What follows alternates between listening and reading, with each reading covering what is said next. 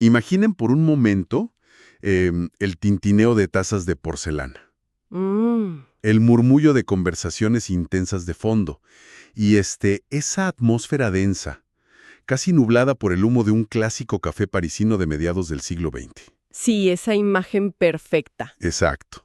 Quienes nos acompañan hoy van a tomar asiento en nuestra mesa imaginaria, porque digamos vamos a adoptar el rol de dos filósofos existencialistas, inmersos en un debate profundo. Totalmente inmersos. Y nuestra misión de hoy es desentrañar la subjetividad humana moderna. Pero, a ver, no como un concepto abstracto de esos que se quedan atrapados en un pizarrón académico, Claro, no. sino a través de tres pilares que nos atraviesan la vida a diario: la libertad, el cuerpo y la situación. Y fíjate que para lograr este nivel de profundidad, tenemos sobre nuestra mesa una pila fascinante de obras fundamentales. Una buena pila, sí. Vamos a sumergirnos en el existencialismo en humanismo y también los ensayos de El ser y la nada de Jean-Paul Sartre. Ajá. Pasaremos por El mundo de la percepción de Maurice Merleau-Ponty. Y bueno, analizaremos la potente Introducción a El segundo sexo de Simone de Beauvoir. Textos pesados. Muy pesados. Pero todo esto lo vamos a cruzar con los análisis contemporáneos muy rigurosos de autoras como Silvia Solas, María Luisa Femenías, Andrea Vidal y Alejandra Bertucci. Ellas ayudan muchísimo a decodificar estos monumentos del pensamiento. Sí, son claves. Pero antes de dar el primer sorbo a este café filosófico, hagamos una aclaración necesaria para nuestra audiencia. Sí, importante. Las ideas que vamos a explorar tocan fibras muy sensibles. Abordan temas de un profundo calado político, social y de género. Incluyendo referencias directas al marxismo y al feminismo histórico. Tal cual. Y nuestra idea hoy no es dar un sermón ni tomar partido por ninguna ideología específica, Exacto. sino exponer y analizar de manera absolutamente imparcial las ideas de estos autores. Queremos desmenuzar su peso filosófico y entender cómo estos pensadores veían el mundo, sin que eso implique un respaldo a sus posturas políticas. Así es un análisis puro. Bueno, vamos a desempacar esto, empezando por el hombre que prácticamente convirtió el existencialismo en un fenómeno cultural, Jean-Paul Sartre. Arranquemos por la base de Sartre, que es, digamos, su ontología. Ajá. Quienes nos escuchan y siguen estos temas seguramente ya están familiarizados con la división radical que él hace del mundo. Por un lado, tenemos el ser en sí, El ser en sí. que es lo dado, la materia bruta. Pensemos en esta mesa de café en la que nos estamos apoyando. Sólida. Exacto. La mesa coincide plenamente consigo misma. Es de madera, sólida, estática. No tiene crisis existenciales. Para nada. Tiene una identidad plena y no puede decidir mañana ser una silla. Es lo que es. Claro. Pero por otro lado está el ser para sí, que es la conciencia humana. Y Sartre la define de una manera casi provocadora. Sí, dice que es una nada, ¿no? Literalmente, dice que la conciencia es una nada, una falta de ser. Es un vacío que constantemente busca llenarse. Y eso nos lleva a esa premisa ineludible de que en el ser humano la existencia precede a la esencia. Pero espera, porque esa idea de que la existencia precede a la esencia suena increíblemente empoderadora al principio. Sí, casi como un grito de rebelión. Claro, si no hay un Dios que nos haya diseñado con un manual de instrucciones, y si no hay una naturaleza humana escrita en nuestro ADN que dicte nuestro destino, entonces somos radicalmente libres. Absolutamente libres. Sin embargo, cuando Sartre baja esto a la realidad cotidiana, la perspectiva cambia por completo. Esa libertad absoluta no es una fiesta. No, para nada. Es una trampa que conduce directamente a la angustia. Es que no hay red de seguridad. Al no tener excusas, al no poder culpar a la genética, a la crianza o a un plan divino, el peso total de lo que hacemos recae exclusivamente sobre nuestros hombros. Aplastante. Y no es solo la responsabilidad sobre uno mismo. Sartre plantea que, al elegir, estamos legislando para toda la humanidad. Uf. Estamos declarando que esta es la imagen del ser humano que considero válida. Es una carga insoportable. Y para visualizar esa carga, pensemos en el famoso dilema del estudiante de Sartre durante la Segunda Guerra Mundial. Ese ejemplo es tremendo. A mí siempre me ha parecido el ejemplo perfecto de la agonía existencial. Tenemos a este joven atrapado entre dos lealtades desgarradoras. Ajá. Quedarse en Francia a cuidar a su madre, que vivía solo para él, y estaba destrozada por la muerte de su otro hijo. O abandonarla para unirse a las fuerzas francesas libres en Inglaterra y combatir al nazismo. Es que no hay respuesta correcta ahí. No hay ninguna brújula moral que le resuelva el problema. Exacto, porque una moral cristiana le diría ama a tu prójimo y cuida a tu madre. Pero eso implica darle la espalda a su país. Claro. Una moral cívica le diría defiende tu nación, pero eso significa abandonar a su madre a la desesperación o quizá a la muerte. Es un callejón sin salida. Ya Sartre lo escucha y, en lugar de darle una respuesta tranquilizadora, le dice, eres libre, elige. Es decir, inventa. Inventa. El joven está solo en el universo con su decisión. Está, en palabras de Sartre, condenado a ser libre. Es la misma soledad que enfrenta el líder militar que tiene que dar la orden de ataque. Totalmente. Puede haber recibido directrices de sus superiores, pero en el momento de decir ataquen, la interpretación de esas órdenes es suya. Él es quien decide. Él sabe que va a enviar a un grupo de hombres a la muerte. Siente la angustia sangrante de la responsabilidad porque sabe que el valor de esa acción radica únicamente en su propia elección. Sí. Nadie lo obliga. Él decide jalar el gatillo metafórico. Lo fascinante aquí es que esta libertad y esta angustia extrema no ocurren en un vacío abstracto. No, claro que no. No somos conciencias flotando en el espacio. Sartre introduce el concepto de estar en situación. En situación, claro. Existimos en un mundo material compartido, llenos de facticidad. Y sobre todo, rodeados de otros seres humanos. Y es en ese choque donde aparece el ser para otro. El choque con la mirada del prójimo. Ese mismo. A veces Sartre suena un poco paranoico con esto, pero cuando lo analizas en el día a día tiene todo el sentido. Imaginemos que estamos en un pasillo vacío, Ajá.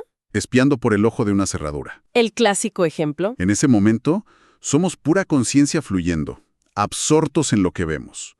Somos el centro de nuestro universo, pero de repente escuchamos el crujido de una tabla en el piso. Alguien nos está mirando. Alguien nos está mirando. Ese instante lo cambia todo. En el momento en que el otro te mira, te conviertes en un objeto en su universo. Surge la vergüenza. Te paraliza. El otro te captura, te roba tu mundo y te pega una etiqueta en la frente. Pasas a ser el chismoso, el fisgón. Sí, te define. Tu libertad de repente choca contra un muro, porque te das cuenta de que tienes una afuera que no controlas.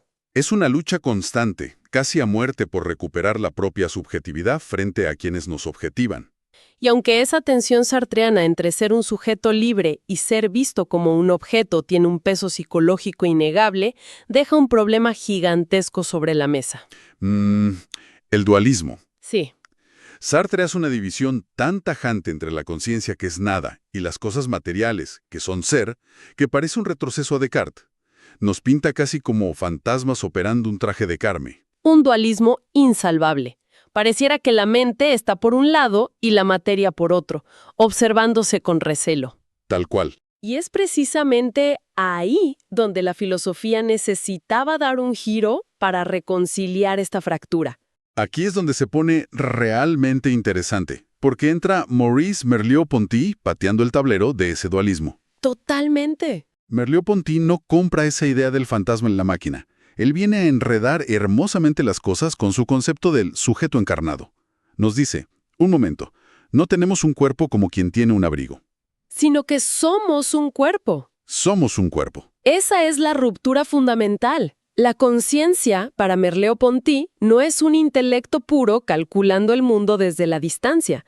El cuerpo no es un objeto más en el paisaje espacial. Claro. Nuestro cuerpo es nuestra forma misma de ser en el mundo. Toda nuestra racionalidad, todo nuestro pensamiento, está fundado irrevocablemente en nuestra experiencia corpórea. No hay separación. No la hay. La percepción no es una recepción pasiva de datos. Es un entrelazamiento físico con el entorno. Pensemos en cómo experimentamos las emociones. Si tratamos de recordar un momento en el que sentimos una furia incontrolable contra alguien, digamos, un tipo insoportable llamado Paul. Pobre Paul. Bueno, se lo buscó. La ira contra Paul no es una ecuación mental flotando en un éter espiritual. No, para nada. La ira existe entre ese yo que está vociferando, con la cara roja, la sangre hirviendo y los puños apretados, y ese detestable Paul que está sentado allí enfrente con su sonrisa irónica. Exacto. La emoción está encarnada. Encarnada. Si le quitas los puños apretados, la respiración agitada y el espacio físico entre los dos, la ira simplemente desaparece.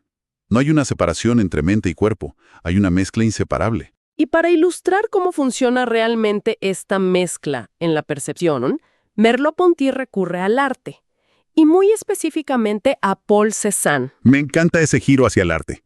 Es que Cézanne es el ejemplo perfecto, porque él no intentaba hacer una copia fotográfica de la naturaleza, como si fuera un observador pasivo, Ajá. pero tampoco proyectaba ideas puras de su mente sobre el lienzo vaciándolo de realidad. Entonces, ¿qué pintaba exactamente? Porque sus cuadros no son realistas en el sentido tradicional de copiar un arbolito. Lo que Cézanne puntaba era la conciencia perceptiva misma. ¡Wow! Sus pinceladas hacían visible cómo la visión se ancla en el cuerpo.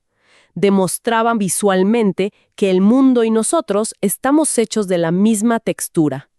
Merleau-Ponty usa un término fascinante para esto, el quiasmo o la carne. La carne. Sí, cuando hablamos del quiasmo, no lo imaginemos como algo anatómico, sino como un tejido.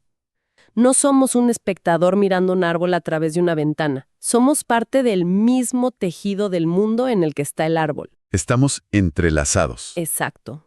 El pintor no mira el paisaje desde fuera.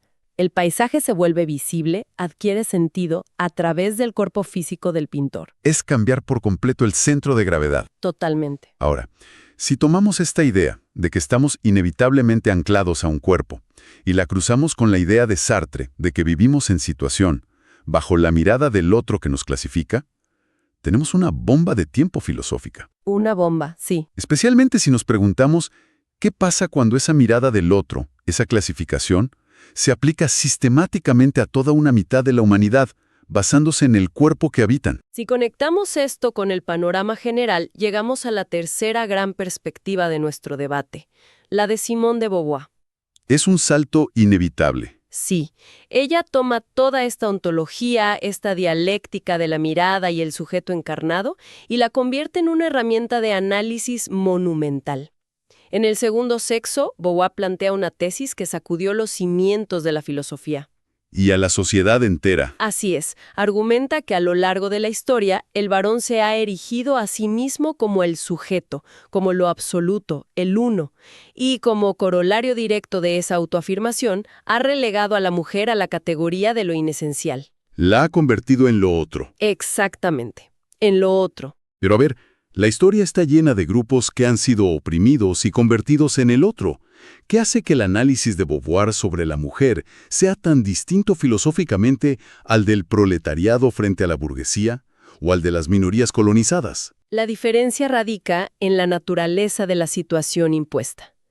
Un grupo proletario puede decir nosotros porque comparten un lugar en la cadena de producción y pueden organizarse contra el burgués. Tienen una identidad colectiva clara. Exacto.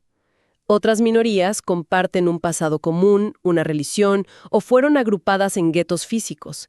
Tienen una historia previa a la dominación. Pero las mujeres, argumenta Beauvoir, han vivido históricamente dispersas. Separadas entre sí. Han estado atadas de manera mucho más íntima a sus opresores, ya sean sus padres, sus hermanos, sus maridos. Atadas por vínculos económicos, sociales e incluso afectivos, mucho más que a las demás mujeres. Claro, viven con quienes las oprimen. Exacto. No existía un nosotras auténtico como sujeto colectivo porque el tejido mismo de la sociedad dividía sus lealtades. Y eso lleva a un concepto clave del existencialismo aplicado a la vida real, que es la tensión entre trascendencia e inmanencia. Así es. La ética existencialista nos dice que la libertad se ejerce a través de la trascendencia. Todo ser humano busca proyectarse hacia el futuro, actuar sobre el mundo, transformar su entorno. Ese es el proyecto humano. Pero Beauvoir señala que a la mujer se le ha negado sistemáticamente esa trascendencia. A través de leyes, costumbres y expectativas culturales, se la forzó a vivir en la inmanencia. Se la estancó. Se la encerró en el ámbito privado, en la repetición del trabajo doméstico, en su función biológica reproductiva, Básicamente se la obligó a ser un objeto pasivo frente a la acción del hombre. Precisamente. Y para justificar este encierro en la inmanencia, la cultura patriarcal inventó el mito del eterno femenino. El famoso eterno femenino. Una supuesta esencia natural, pasiva y misteriosa. Beauvoir desarticula esta falacia por completo. Se enfrenta a la biología de su época, critica duramente el determinismo del psicoanálisis freudiano e incluso debate con el materialismo histórico. No dejó títere con cabeza. Para nada.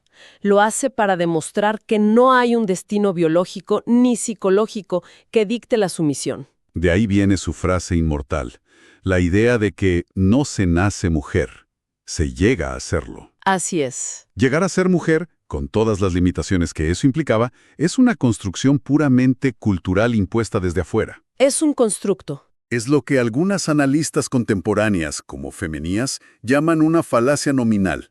El varón se adueñó del concepto universal, autodenominándose el hombre como sinónimo de humanidad, y dejando a la mujer atrapada en lo particular, en la desviación de la norma. Y fíjate que Beauvoir nos hace entender que si la mujer se descubre a sí misma como lo inesencial, no es por una inferioridad natural, sino porque su situación ha sido diseñada por los otros para limitar drásticamente sus posibilidades. La situación sartreana llevada al extremo. Tal cual.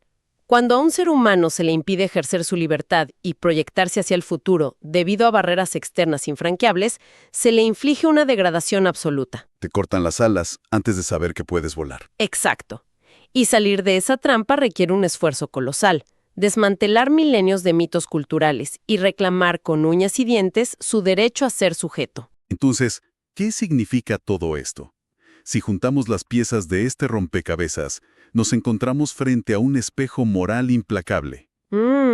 Beauvoir concluye que la verdadera libertad no se alcanza de manera aislada. No puedo ser verdaderamente libre si acepto la opresión de quienes me rodean. Es un proyecto colectivo en el fondo. Claro, la existencia solo se justifica en la expansión hacia un futuro abierto, y eso conlleva el deber ineludible de rechazar la opresión y buscar una reciprocidad simétrica. Implica dejar de ver al otro como un objeto conveniente y empezar a reconocerlo como una libertad paralela y equiparable a la nuestra. Es un excelente punto para empezar a entrelazar los hilos de esta inmersión profunda. Hemos transitado por 3 enfoques filosóficos densos y transformadores. Muy densos. Tuvimos a Sartre y su dualismo radical, confrontándonos con la nada de la conciencia y la angustia de elegir. La angustia pura. Pasamos por Merleau-Ponty, que sutura esa herida dualista con la idea del sujeto encarnado y la percepción corporal. La carne del mundo. Exacto. Y coronamos con Beauvoir, que toma la libertad sartriana y la situación material para articular una crítica ética, política y de género sin precedentes. Y aunque tengan sus diferencias y debatan entre ellos, los 3 coinciden en una verdad monumental que redefine cómo nos vemos a nosotros mismos. ¿Cuál dirías que es? Que no hay una esencia humana fija. No venimos con un código de barras existencial. No, para nada. Somos un proyecto en perpetua construcción. El sujeto se forja minuto a minuto. Nos construimos a través del vértigo de nuestras elecciones, como advertía Sartre. Sí. Comprendemos y habitamos el mundo anclados a la realidad ineludible de un cuerpo que siente, como demostró Merleau-Ponty, y batallamos a diario contra las imposiciones, los mitos y las etiquetas culturales que intentan definirnos desde afuera, tal como lo desnudó Beauvoir. No es un camino fácil, definitivamente. Es agotador tener que inventarse a uno mismo todos los días. Esto plantea una pregunta importante. ¿Por qué debería importarle todo este intrincado debate de un café parisino a quienes nos escuchan hoy, en pleno siglo XXI? ¿Esa es la pregunta del millón? Porque cada persona que nos acompaña en esta mesa imaginaria, desde el momento en que pone un pie fuera de la cama, está navegando exactamente por estas aguas. A diario. A diario sienten el peso de decisiones en las que nadie les puede dar la respuesta correcta. A diario experimentan el deseo, el cansancio y el asombro a través de un cuerpo que no es un simple envase, sino su única ancla con la realidad. Es su forma de ser en el mundo. Y a diario enfrentan la mirada escrutadora de una sociedad que constantemente intenta categorizarlos y limitar su potencial.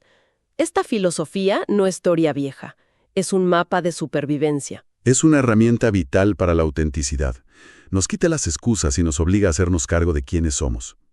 Y hablando de hacernos cargo en el mundo real, quiero cerrar nuestra charla dejando una idea flotando en el humo del café. Algo para que cada quien lo reflexione a solas. A ver. Hoy hemos discutido que nuestra subjetividad se crea constantemente a través de nuestros actos físicos, a través del choque con la mirada presencial del otro y a través de un cuerpo que respira y habita un espacio tangible. Sí, la encarnación total. Pero, ¿qué ocurre hoy con la identidad humana cuando gran parte de nuestra existencia se proyecta en espacios digitales completamente desprovistos de cuerpo? Uy, qué gran tema. Pensemos en nuestras vidas en línea. Ahí, la mirada del otro rara vez es humana. Es un algoritmo opaco que nos clasifica implacablemente para predecir nuestro comportamiento. Te reduce a un dato. Exacto. Nuestras acciones más complejas, nuestras angustias y deseos quedan reducidos a meros datos estandarizados. Si la pantalla deja nuestro cuerpo físico fuera de la ecuación, ¿seguimos siendo ese sujeto encarnado del que hablaba Merleau-Ponty? Es una tensión constante. ¿O en nuestra obsesión por proyectar una imagen perfecta, controlada y predecible, nos estamos convirtiendo trágicamente y por voluntad propia en ese ser en sí inmóvil, carente de verdadera libertad que tanto aterraba a Sartre? Es para pensarlo largamente. Es un dilema digno de nuestra era, algo para masticar lentamente mientras navegamos por el mundo. Les agradecemos profundamente el habernos acompañado en esta mesa, en esta exploración a través de la libertad, el cuerpo y la situación. Que la duda, la reflexión y la angustia bien entendida sigan encendidas en su día a día. Hasta la próxima taza de café.